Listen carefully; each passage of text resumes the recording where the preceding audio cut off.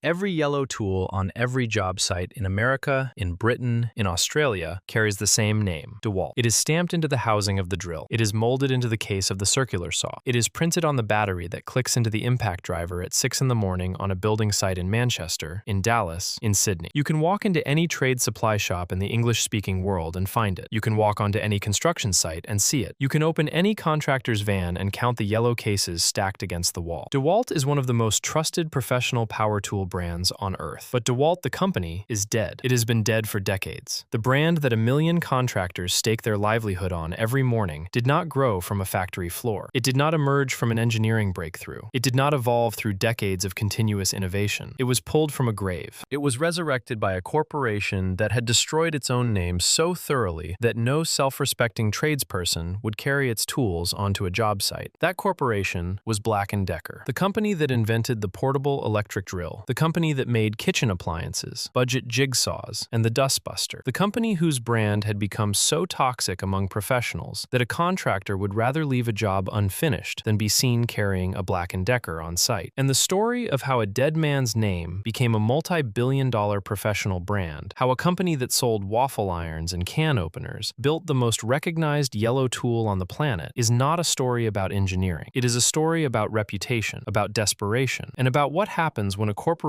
realizes that the name on the tool matters more than the tool itself. This is the story of DeWalt. It begins in 1921 in a wood mill in Pennsylvania with a man who could not stop thinking about the cost of cutting a board. Raymond Elmer DeWalt is born on October 9, 1885, in Oakville, a small settlement in Cumberland County, Pennsylvania. His father, John, runs a wagon shop. Raymond grows up around wood, around lathes, around the smell of sawdust, and the rhythm of hand tools biting through hardwood. He learns the trades the way every young man in rural Pennsylvania learns them at the turn of the century, by watching, by doing, by ruining material until he stops ruining it. By his mid-20s, he is running his own operation, the DeWalt Wagon Work. By the early 1920s, he is superintendent of a wood mill, and the problem that consumes him is the one that consumes every shop foreman in America: cost, speed, the number of men required to cut a single piece of lumber to length. In every mill, in every lumber yard, in every construction shop in the country, cutting wood to length requires brute force setup. A man picks up a board, he marks it, he clamps it, he feeds it through a table saw, or stands over it with a handsaw. Every operation requires moving the works. Every cut requires repositioning. A table saw demands clearance on all four sides, swallowing floor space in workshops that have none to spare. 3 men do the work that one should be able to handle, because the machines are designed around the blade, not around the operator. Raymond DeWalt looks at this problem and invents a machine that reverses the relationship. He mounts a circular saw blade on a yoke, suspends the yoke from a horizontal arm above a fixed table, and lets the arm slide, tilt, and pivot. The workpiece stays still. The blade moves. A single operator can cross-cut, rip, miter, dado, bevel, and make compound cuts from one standing position. The saw sits against a wall. No clearance needed behind it. No infeed tape. No outfeed support. One man does the work that previously required 3 or 4, from a footprint half the size of a table saw. Raymond files his first patent on September 27, 1921. He files the radial arm saw patent on January 27, 1923. It is granted in 1925 as United States Patent number 1,528,536. He calls it the Wonder Worker. The marketing is not exaggeration. The machine performs 29 different cutting operations from a single setup. Fitted with the right attachments, it can shape, sand, grind, plane, route, and bore. It is not a saw. It is a workshop compressed into a single machine. On December 29, 1924, Raymond DeWalt founds the DeWalt Products Company at 402 New Holland Avenue in Leola, Pennsylvania. He sells the company and his patents to Paul Gardner and Isaac Rutt, who moved production to Lancaster in 1929 and built an international distribution network by 1930. Through the Depression, through the Second World War, the radial arm saw becomes the default machine for cutting long stock to length in American shops. Every lumberyard has one. Every school shop has one. Every serious woodworker in the country knows the name. The impact on the trades is immediate and lasting. A framing crew that once needed 3 men and a table saw to cut rafters to length now needs 1 man and a wonder worker. A cabinet shop that burned floor space on infeed and outfeed tables now pushes the radial arm saw against a wall and reclaims the center of the room. A lumberyard that cut stock by hand now processes orders in a fraction of the time. The machine does not just save labor, it changes the geometry of the workshop itself. The wonder worker spreads through the American trades like electricity through wiring. By the 1930s, it is standard equipment in every serious woodworking operation in the country. By the 1940s,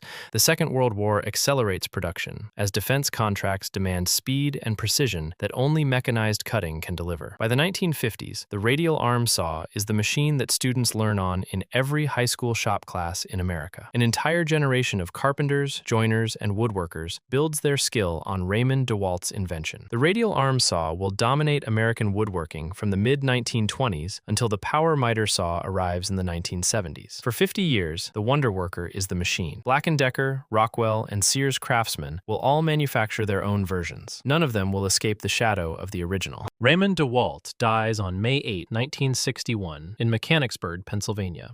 He is 75 years old. He leaves behind 10 patents and a company that bears his name. He does not know that his company is already gone. American Machine and Foundry, the conglomerate known as AMF, acquires DeWalt in 1949. AMF is the company that will later own Harley-Davidson and dominate the bowling equipment industry. Under AMF, DeWalt continues making radial arm saws, but the brand becomes one line item inside a sprawling industrial portfolio. The identity begins to dissolve. In 1960, Black & Decker buys DeWalt from AMF. The acquisition is quiet. Black & Decker keeps the DeWalt name on its industrial stationery equipment while funneling its own brand into the consumer market that is about to consume everything. By the late 1980s, Black & Decker phases out the original DeWalt product lines entirely. In 1989, it divests the radial arm saw manufacturing branch, but retains the trademark. The wonder worker is gone. The factory is gone. The products are gone. Only the name survives. And Black & Decker puts it in a drawer. To understand why Black & Decker needed a dead man's name, you have to understand how Black & Decker killed its own. S. Duncan Black and Alonzo Decker meet in 1906 as 23-year-old employees at the Roland Telegraph Company in Baltimore. In 1910, Black sells his car for $600. Decker matches it, and they open a machine shop with $1,200 in capital. Their early products are contract work: a milk bottle cap machine, a candy dipping device, a vest pocket adding machine. Nothing that changes the world. In 1916, they design something that does: a portable electric drill with a universal motor, a pistol grip, and a trigger switch modeled on the Colt 45. It is the first portable power tool with a form factor that a human hand can operate instinctively. The grip is the innovation. The motor is the mechanism.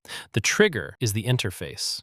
The combination is so natural, so immediately obvious once it exists, that every portable power tool built after it will use the same layout. They patent it in 1917 and open a 12,000 square foot plant in Towson, Maryland. By 1920, annual sales pass $1 million. By 1936, Black & Decker is listed on the New York Stock Exchange. By 1946, the company introduces the first power tools designed specifically for consumers: a 1/4-inch and a 1/2-inch drill that sell 1 million units in 5 years. In 1961, the first cordless power tool. In 1978, the Dustbuster cordless vacuum. This is the trajectory, from machine shop to industrial pioneer to consumer giant. Every step is a success. Every product sells. Every new market opens wider than the last, and every step takes the brand further from the professional. In 1984, Black & Decker acquires General Electric's small appliance division: irons, toaster ovens, coffee makers, mixers. Overnight, the company that invented the portable power drill is now the largest producer of household appliances in America. The name Black & Decker is on a waffle iron. It is on a can opener. It is on a hand mixer that a grandmother uses to make cake batter on a Sunday afternoon. A contractor walks into a hardware store and sees the Black & Decker label on a $9 jigsaw sitting next to a Black & Decker toaster. He looks at that jigsaw and he does not see a professional tool. He sees the brand that makes his wife's coffee maker. He turns around and walks to the Makita display. By the late 1980s, Makita of Japan has captured more than 50% of the roughly $400 million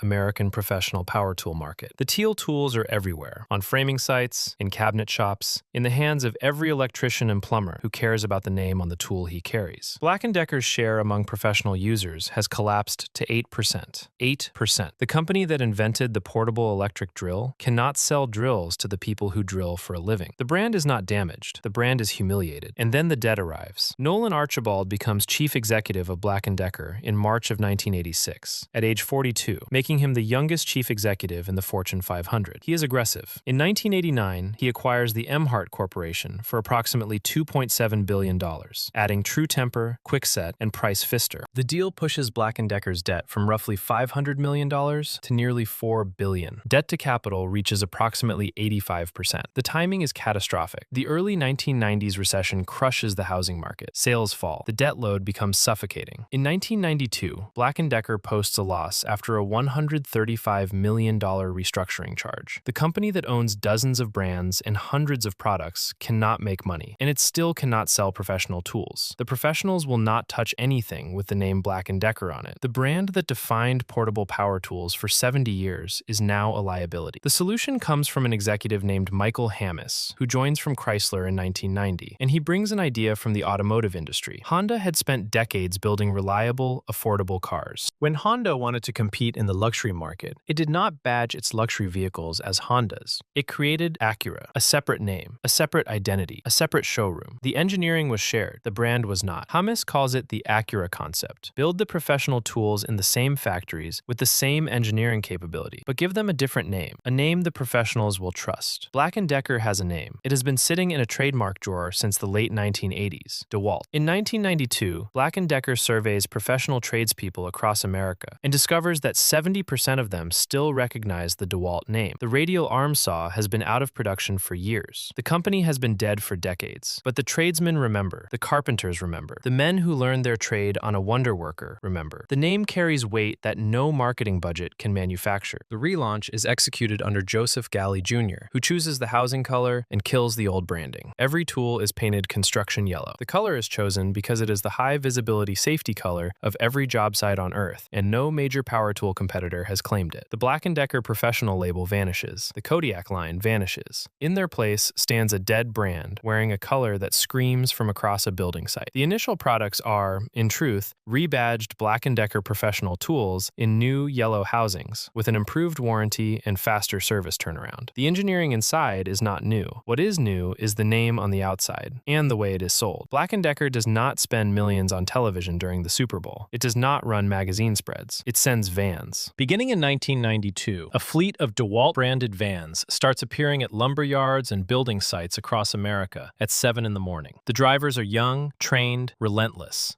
They park at the front entrance. They offer contractors coffee and donut. They demonstrate the yellow tools on the tailgate. They leave loaner tools on job sites for multi-day trials so that a framing contractor can run a DeWalt circular saw for an entire week before anyone asks him to spend $1. The program starts with 10 vans. It expands to 20. It crosses into Canada in 1993. Black & Decker tests grassroots demonstrations in Orlando against television advertising in Miami and Tampa. The vans outperform television in every metric. Harvard Business School writes a case study on the strategy. The logic is simple and devastating. A television advertisement tells a contractor that a tool is good. A van demonstration puts it in his hands. The man does not read a spec sheet. He feels the balance. He pulls the trigger. He listens to the motor. He runs the drill into a piece of hardwood and feels the torque in his wrist and his forearm. His own body writes the review. A contractor who has been using Makita for a decade does not switch because of an advertisement. He switches because a DeWalt van parked outside his lumber yard at 7 in the morning, a driver handed him a coffee, and the drill he tested for a week felt right in his hands. By 1994, DeWalt launches 30 cordless tools at 14.4 volts, pushing ahead of Makita's 9.6 volt standard. The same year, Black & Decker acquires ELU, the respected German woodworking tool manufacturer, bringing European engineering and design expertise into the yellow portfolio and strengthening the corded product line. The results are staggering. Black & Decker's share of the American professional power tool market rises from 8% in 1991 to more than 40% by 1995. In 4 years, a dead brand captures more of the professional market than the company that invented portable power tools ever held under its own name. Makita, the company that had dominated American job sites for a decade, is caught without an answer. The teal tools that defined the professional standard are pushed aside by yellow. The company that had been dismissed as a kitchen appliance maker is now the most aggressive force on American construction sites. The resurrection is complete. DeWalt is alive. And this time, it is not a radial arm saw company. It is a professional power tool empire built on a dead man's name, a borrowed color, and a van full of donuts. The next chapter of DeWalt's story is not about a single brand. It is about a conglomerate and about the question of what happens when one corporation corporation owns so many names that its own brands begin to cannibalize each other. On November 2, 2009, the Stanley Works and Black & Decker announce a merger. It closes on March 12, 2010, creating an $8.4 billion global tool company. The combined entity is called Stanley Black & Decker. The portfolio is immense. DeWalt, Stanley, Black & Decker, Bostitch, Porter Cable, MAC Tools, Proto, Fatmax, and then it grows larger. In early 2017, Stanley Black & Decker acquires the Craftsman brand from Sears for approximately $900 million, $525 million in cash at closing, $250 million deferred. Sears retains a license to keep selling Craftsman products, but the brand now belongs to the conglomerate. Stanley Black & Decker relaunches Craftsman in August 2018 with approximately 1,200 redesigned tools at Lowe's and Amazon. The same month, Stanley Black & Decker completes a $1.95 billion acquisition of Newell Brands' tools business, adding Irwin hand tools and Lennox cutting products. One corporation now owns DeWalt, Craftsman, Stanley, Black & Decker, Porter Cable, Irwin, Lennox, Bostitch, MAC Tools, Proto, and Fatmax. One boardroom determines which brands live and which brands die. The hierarchy is deliberate. DeWalt is the premium professional tier, the growth engine, the brand that gets the most research, the most development, the highest margin. Craftsman is the value tier, positioned at Lowe's and aimed at the homeowner who wants reliability without professional price tag. Black & Decker is the entry-level consumer brand. Stanley and Fatmax hold hand tools. Bostitch, MAC, Proto, Irwin, and Lennox serve specialty niches. And Porter Cable quietly dies. Founded in 1906 in Syracuse, New York, Porter Cable was once a premier professional woodworking brand. The people at Porter Cable invented the portable belt sander. They pioneered the helical drive circular saw. They produced one of the earliest random orbit sanders. Professional cabinet makers and finish carpenters built their shops around Porter Cable tools, the way an earlier generation built theirs around the DeWalt Wonderwork. Black & Decker acquired Porter Cable as part of the Pentair Tools Group in 2004 for $775 million. Under Stanley Black & Decker, Porter Cable is hollowed out. New product development slows to almost nothing. The 20-volt max cordless platform stagnates. Social media accounts go dark for years. Lowe's drops the cordless line from its shelf. The brand survives only as clearance air compressors and budget nailers. The company that once defined professional woodworking is reduced to shelf filler, waiting to be discontinued. The logic is cold, but defensible. The market cannot support three overlapping cordless platforms from the same parent. Porter Cable 20-volt max, Craftsman V20, and DeWalt 20-volt max share too much engineering. Investment goes where the margin is. The margin is in DeWalt. Porter Cable is sacrificed. If you have ever used a Porter Cable router, a Porter Cable random orbit sander, or a Porter Cable biscuit joiner, and you have watched the brand disappear from the shelves, you have watched what happens when a conglomerate decides that a name is no longer worth the cost of keeping it alive. DeWalt's competitive position today is defined by a three-way battle that plays out on every professional job site in the English-speaking world. DeWalt versus Milwaukee versus Makita. Yellow versus red versus teal. Each brand has a different owner. Each owner has a different history. Each history shapes how the brand fights. Milwaukee Tool was founded in 1924, the same year as DeWalt. It has been sold 4 times in 30 years. Amstar in 1975. Merrill Lynch Capital Partners in 1986. Atlas Copco of Sweden in 1995. Tektronic Industries of Hong Kong in 2005 for approximately $627 million.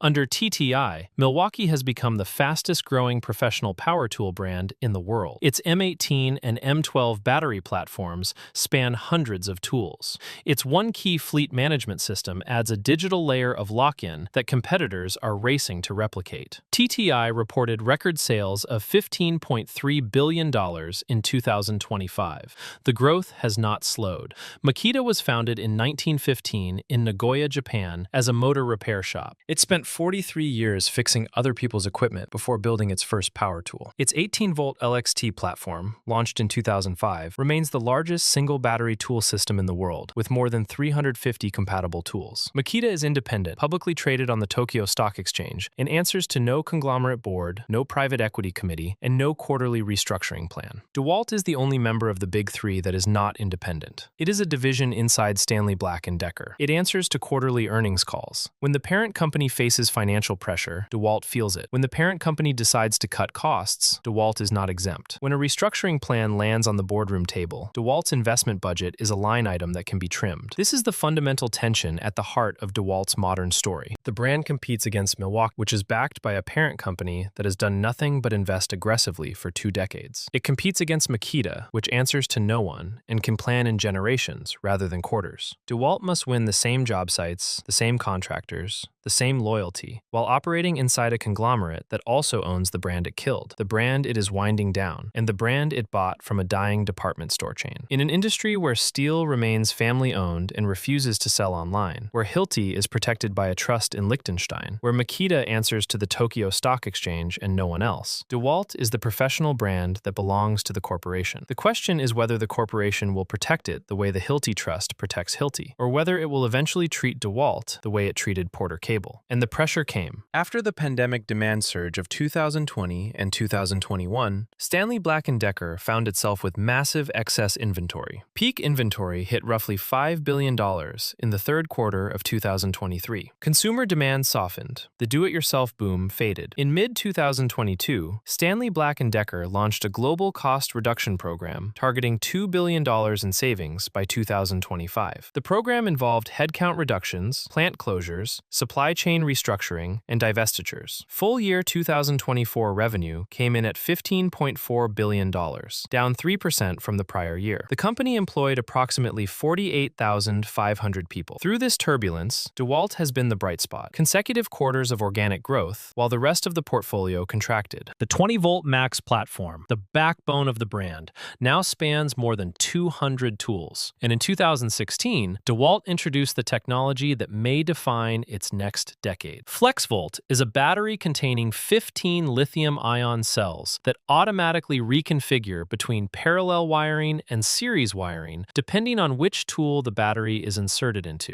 In a 20-volt Max tool, the cells wire in parallel, delivering extended runtime at lower voltage. In a 60-volt Max tool, the same cells wire in series, delivering the raw power needed to run a table saw, a miter saw, or a 7¼ inch circular saw at corded equivalent performance. 2 FlexVolt batteries combined produce 120 volts. What this means for the carpenter, the electrician, the general contractor is this: 1 battery system, 1 charger, 1 investment. A battery that powers the compact impact driver in his pocket and the table saw on his bench. He does not need a separate high-voltage platform. He does not need a generator on site. He does not need a cord running across a floor where someone will trip on it and sue. The reduction in cords is a safety feature. The elimination of the generator is a noise feature. The consolidation of batteries is an economic feature. The fact that the same battery runs in the trim carpenter's brad nailer and the framing contractor's circular saw is an engineering feature that keeps the entire crew inside one ecosystem. The battery platform is the product now, not the drill, not the saw, not the individual tool, the platform. Once a contractor owns 15 DeWalt tools and 8 DeWalt batteries, the switching cost to Milwaukee or Makita is not the price of one tool, it is the price of all of them. The batteries do not transfer. The chargers do not transfer. The muscle memory of knowing which trigger speed drives which screw into which material does not transfer. The lock-in is the moat. In 2022, DeWalt introduced PowerStack, a battery using pouch cell construction instead of traditional cylindrical cells. A conventional lithium-ion battery pack stacks cylindrical cells like rows of drinking straws. Air gaps between the cylinders waste space and limit thermal management. The pouch cell is flat, stacked like playing cards, with no wasted volume. The result is a battery that delivers more power in a smaller package, runs cooler, and weighs less. For the electrician who drills 200 holes a day overhead, the weight difference is felt in his shoulders by lunchtime. For the plumber working in a crawl space, the smaller footprint means the drill fits where it could not fit before. Every generation of battery technology translates directly to the worker's body. A lighter battery is a lighter tool. A lighter tool is less fatigue at the end of an 8-hour shift. Less fatigue is fewer dropped tools, fewer missed fasteners, fewer injuries. The engineering is abstract. The consequence is physical. Every tool company understands this. Milwaukee's M18 system, Makita's LXT system, and DeWalt's 20-volt Max system are not just product lines. They are ecosystems designed to make departure unthinkable. The battle is no longer about which drill is best. It is about which platform owns the contractor's workshop, his van, and his budget for the next decade. If you are a tradesperson watching this, you already know which color your tools are. You already know which battery system owns your kit. And you already know that switching would cost you thousands of pounds or dollars in batteries, chargers, and bare tools that you cannot sell for what you paid. That is the moat. That is the modern tool tool industry. That is the war that DeWalt, Milwaukee, and Makita will fight for the rest of this century. Raymond DeWalt never saw any of this.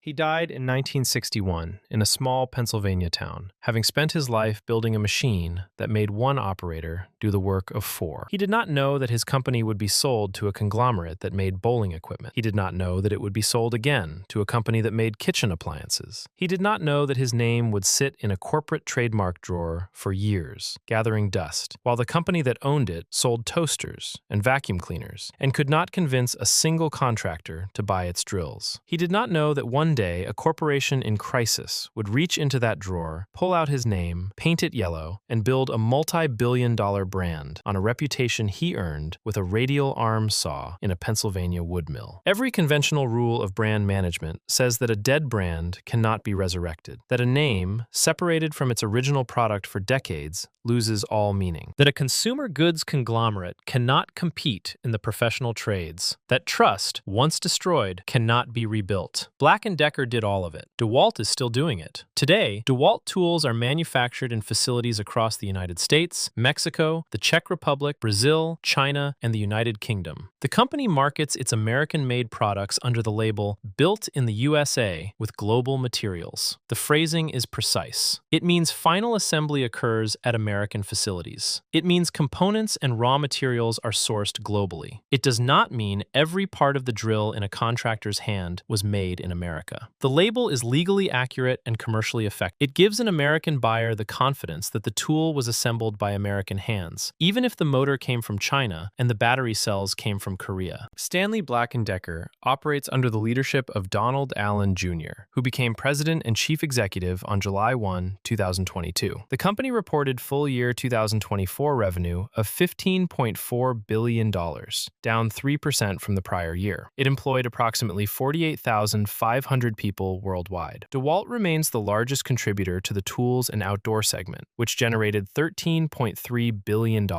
approximately 87% of total company revenue. The numbers are enormous. The brand is healthy. The tools sell. But the conglomerate question lingers. Porter Cable was healthy once. Craftsman was healthy once. Irwin was independent once. Every brand that enters a conglomerate portfolio enters a competition for capital, for shelf space, for executive attention. The brands that win the competition survive. The brands that lose are wound down quietly, shelved, and eventually forgotten. DeWalt has won that competition for 3 decades. Whether it continues to win depends not on the quality of its drills, but on the priorities of its parent. The workshop in Leola is gone. The Wonder Worker production line is gone. The original DeWalt Products Company is gone. Raymond's radial arm saw has been replaced by the power miter saw on nearly every job site in the world. But the name endures. It endures because 70% of American tradespeople remembered it decades after the last original DeWalt product left a factory. It endures because a corporation was desperate enough to trust a dead brand over its own living one. It endures because the name outlasted the company, outlasted the product, outlasted the man who gave it meaning. If you are a contractor who has carried yellow tools for years, if you remember when DeWalt first showed up on your job site in the early 1990s, if you switched from Makita, or from Black & Decker, or from something else entirely, we want to hear about it. Drop a comment below. Tell us what you were using before DeWalt. Tell us what made you switch. Tell us whether the yellow tools earned the trust, or whether the name is carrying weight the products no longer deserve. The corporate histories never contain the stories that matter. The stories that matter are in your hands. A carpenter walks onto a site in London. He opens his kit. The drill is yellow. The impact driver is yellow. The circular saw is yellow. He has never heard of Raymond DeWalt. He has never seen a radial arm saw. He does not know that the name on his tools belonged to a dead man, that the brand was resurrected from a drawer, that the corporation behind it once made waffle irons and dustbusters and could not give away a professional drill. He does not think about any of that. He pulls the trigger. The tool works. That is the resurrection. That is the contradiction. That is DeWalt.